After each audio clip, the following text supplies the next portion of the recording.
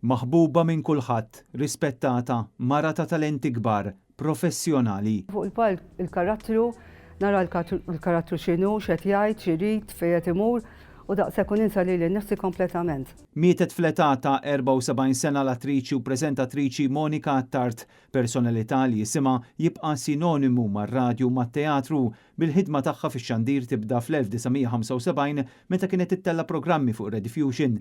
Imbagħad fl-1984 kienet rebħet l-unur tal-MADC bħala l-aqwa attriċi u fl-istess waqt ħadmet ukoll fit-televiżjoni.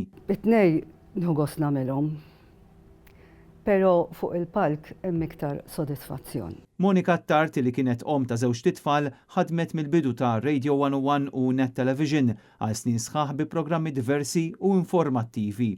Kienet strumentali anke fil-produzzjoni ta' diversi drama li xandru fuq Net Television fost l-oħrajn f'Baħar Wieħed.